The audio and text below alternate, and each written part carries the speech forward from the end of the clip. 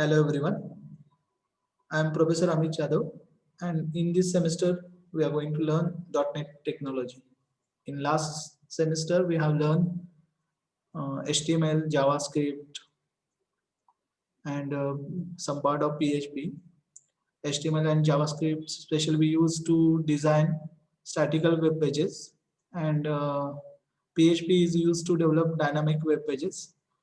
And here in this semester we are going to learn .NET technology that are also useful to develop static as well as the dynamic web pages. So the course objective is to explore .NET technologies for designing and developing dynamic, interactive and responsive web applications. So university expected from the student that the student will learn to develop static as well as dynamic, interactive and responsive web applications. So nowadays the websites are very popular. So that if the student create the website by creating the different web pages, then it is very beneficial for the students. Okay, so the learning outcomes or the expected learning outcomes are understanding .NET framework, then C# program language. In .NET framework, there are different languages are available, that are like C#, then VB, C++, JHash. But from that, we are going to learn C# programming language. Then proficiently develop ASP.NET web application. So C# programming language is used to develop console application, Windows application as well as web application. But we just concentrate on web application. And last one is the use of ADO.NET for data persistence in web application. So ADO.NET is the one of the part of .NET framework used to do the connection with the database. So there are number of classes are provided. Using that, we can develop the connection between front end and back end. So these are some outcomes. So student will learn all these things. It understand the .NET framework, it understand the C# programming language, and also the ASP.NET web application using C#, and finally the ADO.NET application. So in first unit, we are going to learn about the .NET framework, that .NET language, common language runtime. This is the very important part of .NET framework. Then different class library of .NET. C# basic. Every programming language have some fundamental concepts that are we are going to discuss here, like comments, variables, data types, then different types of loops, methods, classes, values, that is the type value and the reference type values, namespaces, and assemblies, inheritance, static members, and custom object and partial classes that we are going to learn in C# basic. Inheritance is the very key concepts in object-oriented programming that we are going to discuss with C# programming. Then here we learn some console programming, and after that we redirect to web application. So in that ASP.NET, creating websites, antinomy of web form, page directives, then how to write a code behind the class, then how to handle any events, then different types of ASP.NET files. Then we are going to discuss some HTML server controls, then global.aspx file, web.config file, different HTML controls, and this point we covered in first unit. In second unit, we are going to see web controls, the different web control, list control, label, button, all these controls we are going to discuss. Auto, post, back, page life cycle. Then the most important concept, state management, by using different technique like query string, cookies, session, etc. Application state. Then the validation, different types of validations with their example that we are going to see in a second unit. Different validation controls, server side validation, client side validation, difference between server side validation and client side validation. then how to do manual validation, how to use the different uh, types of validations with their example. Then reach control, in that we are going to see calendar control, how to implement calendar control on ASP.NET web page, how to use ADO rotator control, how to use multi-view control. Then most important part of second unit, that is the master page, how to develop the master page, how to apply the theme for it. Okay, what is difference between master pages and content pages? Then navigation, in that we are going to see different types of navigation: site map, path, tree view control, navigation, URL mapping. In last unit we are going to discuss about ADO.NET, in that connected architecture, disconnected, and different data reader, sorry. And then select command, how to bind the data. Then data control, grid view, detail view, and form view. Then working with XML, how to write text file using XML, XML text reader, text writer. And then catching, when to use catching, and output catching, data input catching, link, different types of links. And last one, the AJAX controls, that script manager, partial refresh, progress, notification, and time refresh. Practicals for .NET are, yes, this one. So these are the first practical for the console, in that loops, conditional logic, variable and data types, object oriented, manipulation, and methods. Second practical with classes, how to create a class, constructor and overloading, inheritance programming, and namespaces. And third year, from here we start with the web application. What are the different server controls, reach controls, auto postback concept, cookie session, application state, then validation control, master page and content page, navigation control, then simple data binding and repeat value data binding, how to write in XML file using XML write and read, then catching, link, and last practical with AJAX. So these are the practicals. Reference books,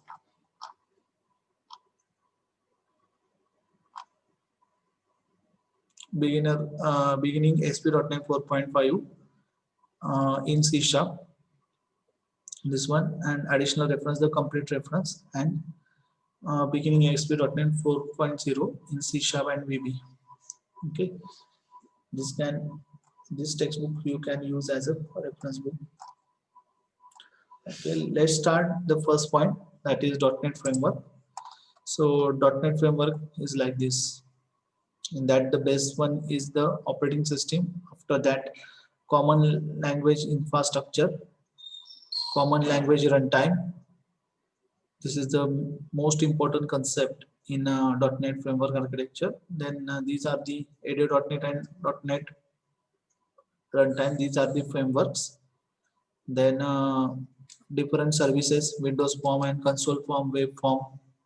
Then FCL, that is framework class library, common type system, CTS, and common language specification, and the different languages that are supported by .NET framework, VB.NET. बघा सगळ्यात बेसला operating system आहे that used to communicate with the application and hardware.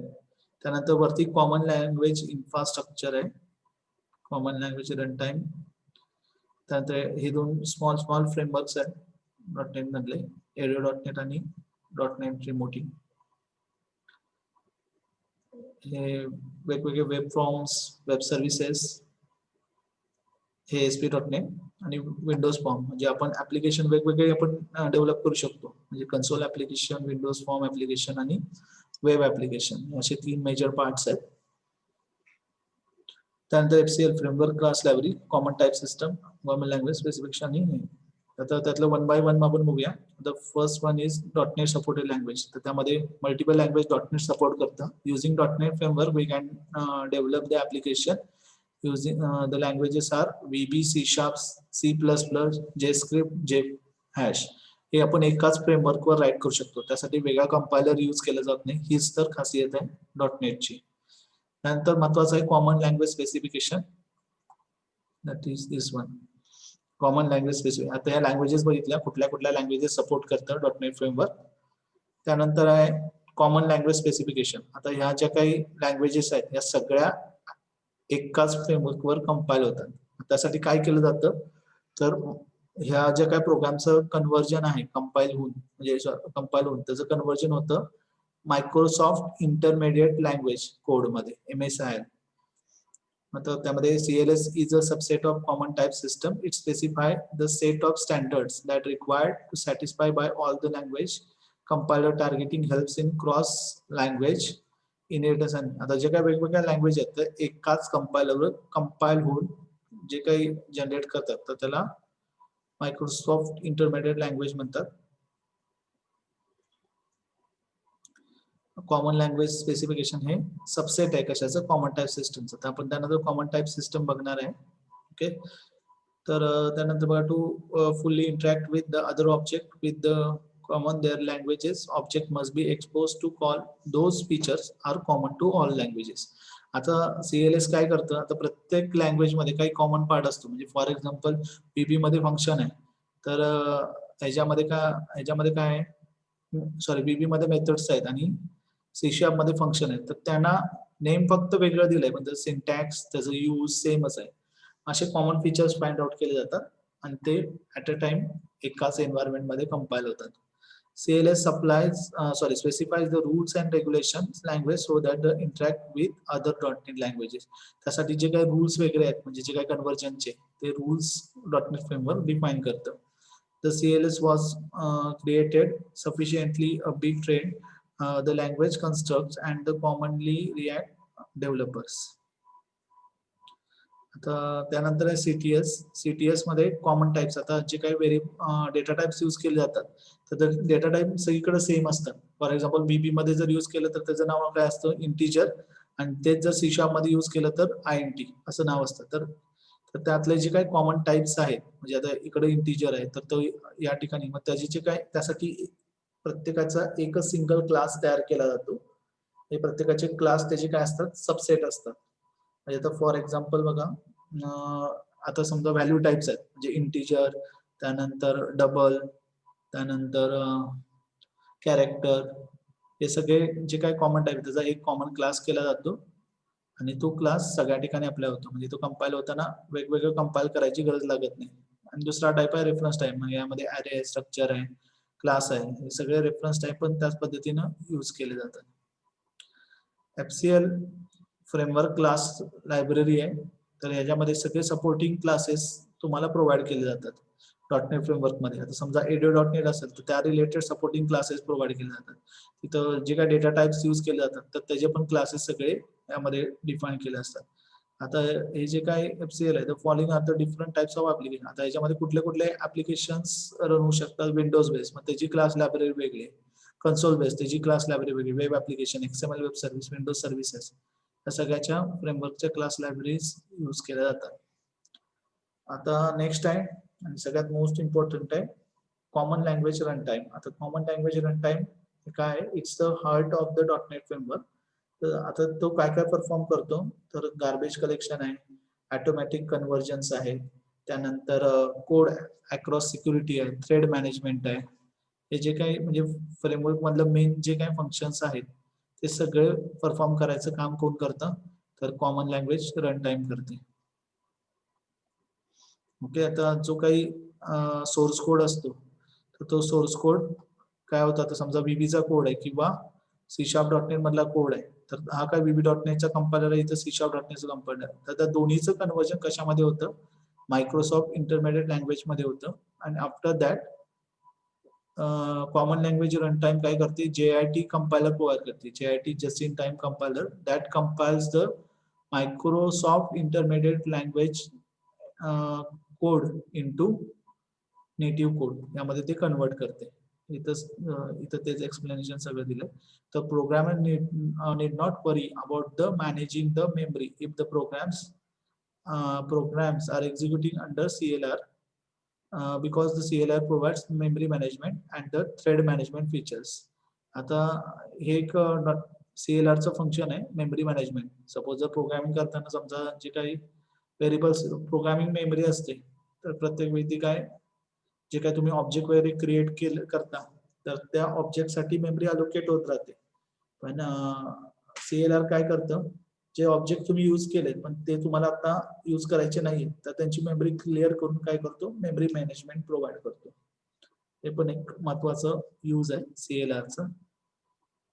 आता Microsoft intermediate language काय आहे, code ज्या काही वेगवेगळ्या language आहे ते कंपाईल झाल्यानंतर जो काही कोड जनरेट होतो एका पर्टिक्युलर फॉर्म मध्ये, that is MSIL Microsoft intermediate language code.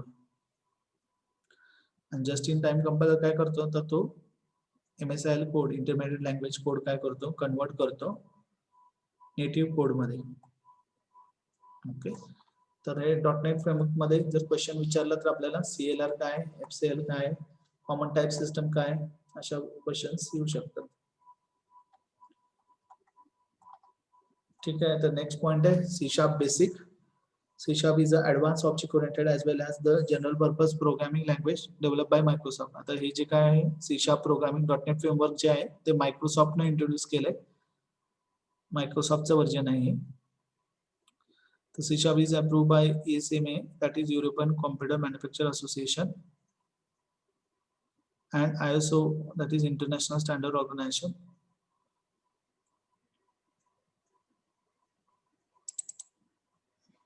Anders Hejlsberg यांनी आणि त्याच्या टीमनं काय C# इंट्रोड्यूस केलं.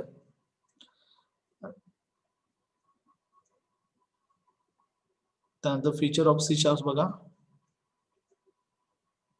It is latest programming language providing advanced feature. सगळे लेटेस्ट प्रोग्राम, सगळ्यात लेटेस्ट प्रोग्रामिंग आहे. आता म्हणजे बेसिक जे काही प्रोग्रामिंग आहे त्यामध्ये C, पायथॉन वगैरे जे आहे. त्यानंतर ऍडव्हान्स प्रोग्रामिंग मध्ये आपल्याला C# आहे, त्याच्यामध्ये सगळे advance feature, object oriented, procedure oriented सगळे कन्सेप्ट्स यामध्ये आहेत. It is the general purpose, it is object oriented, it is component based, it is simple to learn. आता ह्याच्यामध्ये जे काही फीचर्स आहेत, आता प्रोग्रामिंग लँग्वेज म्हणल्यावर सगळे बेसिक कन्सेप्ट सेमच येतात. आता आपण बघू तर त्यामध्ये सगळे फीचर्स सेम आहेत, फक्त सिंटॅक्स वेगळं आहे. आणि C# म्हणजे जर आपण C++ शिकलो तर C# मध्ये आणि त्याच्या सिंटॅक्स मध्ये पण जास्त फरक नाहीये. ओके, इट प्रोव्हाइड्स किंवा जावा मध्ये पण तुम्ही जे काही सिंटॅक्स शिकलाय तर सेम सिंटॅक्स आपण इथं फॉलो करतो. It provides the efficiency to programmers, so efficiently programs developer handle करू शकतो. It can be compiled as well as executed on various types of computer platforms. तो वेगवेगळ्या प्लॅटफॉर्मवर कंपाईल होऊ शकतो. म्हणजे इथं समजा मायक्रोसॉफ्ट वर केलाय तर समजा विंडोज वर केलाय तर दुसरं लिनक्स वर पण तो एक्झिक्यूट होईल. वेगळ्या मशीन वर पण तो एक्झिक्यूट होईल वेगवेगळ्या प्लॅटफॉर्मवर. It is the part of .NET framework. Okay, these are some features of .NET programming. आता next is strong programming features of C#. C# follows the number of constructs from traditional high-level languages such as C and C++ and supports object-oriented paradigm. Maximum of C# concepts strongly resemble to Java. C# provides numerous strong programming features because of which it widely used. आता हे जे काही programming language केले it's a combination of C++ आणि जावा. जावाचे most सारे syntax आणि features यामध्ये use केले गेले.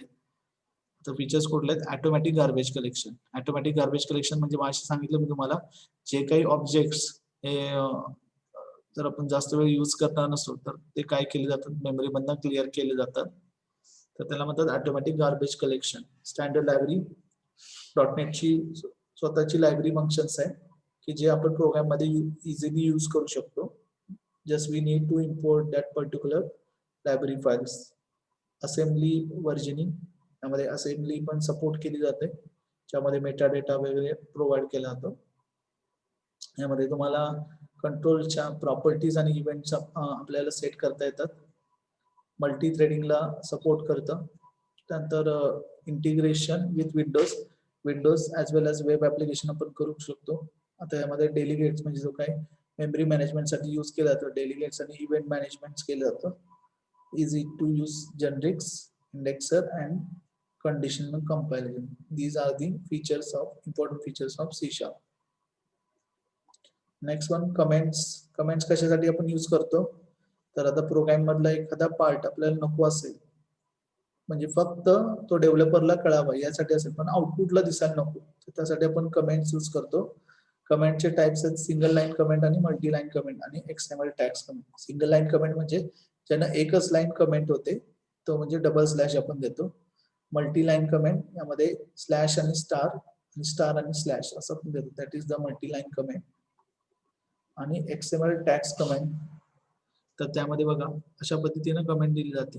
म्हणजे आता इथं ट्रिपल लाईन दिलंय, तर this is the XML tag comment. तर जेव्हा आपण प्रोग्रामिंग मध्ये एक्सएमएल यूज करतो, तर त्यावेळी अशा पद्धतीचे कमेंट्स आपण यूज करतो. आता नेक्स्ट टॉपिक आहे व्हेरिएबल्स अँड डेटा टाइप्स. आता व्हेरिएबल्स आपण पायथॉन मध्ये पण बघितलं आणि जावा मध्ये पण बघितलं. तर व्हेरिएबल म्हणजे काय, तर एखादा आपल्याला ज्याची व्हॅल्यू कंटिन्युअसली चेंज होते, दॅट इज व्हेरिएबल. व्हेरिएबलला आपण काहीतरी नेमिंग डिफाईन करतो. Variable is nothing but the name. आता एखाद्या जिथं आपल्याला स्टोअर करायचंय, तर त्याला जे काय आपण नेम देतो दॅट इज व्हेरिएबल. आणि त्याचं मेमरी लोकेशन आपल्याला लक्षात ठेवायला डिफिकल्ट आहे, म्हणून आपण त्याला काय देतो, एक पर्टिक्युलर नेम देतो. म्हणजे m इज इक्वल टू 10 आपण लिहितो, तर m is nothing but the variable, ज्यामध्ये आपण काय केले, 10 ही व्हॅल्यू स्टोअर केली. Every variables in C# has a particular data type. प्रत्येक व्हेरिएबलला डेटा टाइप असतात. ओके. आता व्हेरिएबलचे टाइप्स बघा, डेसिमल टाइप आहे, बुलियन टाइप आहे, इंटिजर टाइप आहे, म्हणजे त्यामध्ये integer, character, byte, short, long, floating point आहे, फ्लोट आणि double, nullable type, null data type, असे डेटा टाइप्स त्याला असाइन केले असतात. आता ॲज अ सिंटॅक्स काय, डेटा टाइप आणि व्हेरिएबल लिस्ट असं आपण लिहितो. म्हणजे फॉर एक्झाम्पल इंटिजर n. आता ज्यावेळी प्रोग्राम स्टार्ट होतील त्यावेळी आपण हे बघणार आहोत. आता व्हेरिएबलसाठी रूल्स आहेत. तर variable can have alphabet, digits and underscores. Variable मध्ये आपण एवढंच यूज करू शकतो, अल्फाबेट्स म्हणजे A to Z किंवा Z हे अल्फाबेट्स, त्यानंतर डिजिट्स 0 to 9 नंबर आणि underscore special character. But variable name start with alphabet. ही सुरुवात अल्फाबेटनंच व्हायला पाहिजे. डिजिट वगैरे आपण स्टार्ट करू शकत नाही, म्हणजे 1AB असं देऊ शकत नाही. AB1 आपण देऊ शकतो किंवा A_B देऊ शकतो. कुठलंही स्पेसिंग वगैरे चालत नाही, कुठलंही अंडरस्कोर सोडून कुठलंही स्पेशल कॅरेक्टर चालत नाही. कीवर्ड्स यूज करू शकत नाही. For example character, float, if, switch असे कीवर्ड्स यूज करू शकत नाही. आता एक्झाम्पल्स बघा, इंटिजर PQ, P,Q असं आपण देऊ शकतो. त्यानंतर double D, float F, character CH असं. आता इनव्हॅलिड काय, इंटिजर 4 नंबर आपण यूज केलाय, इट्स नॉट अलाउड. X आणि Y असं स्पेसिंग नाही चालत. आणि इंटिजर डबल काय कीवर्ड आहे, त्यामुळे तो आपण यूज नाही करू शकत. Variable initialize equal to sign न करता, आता समजा इथं आपण डिफाईन केलं A,B, तर त्यांना इनिशियलाइज कसं करणार, A ला equal to 10, B equal to 20.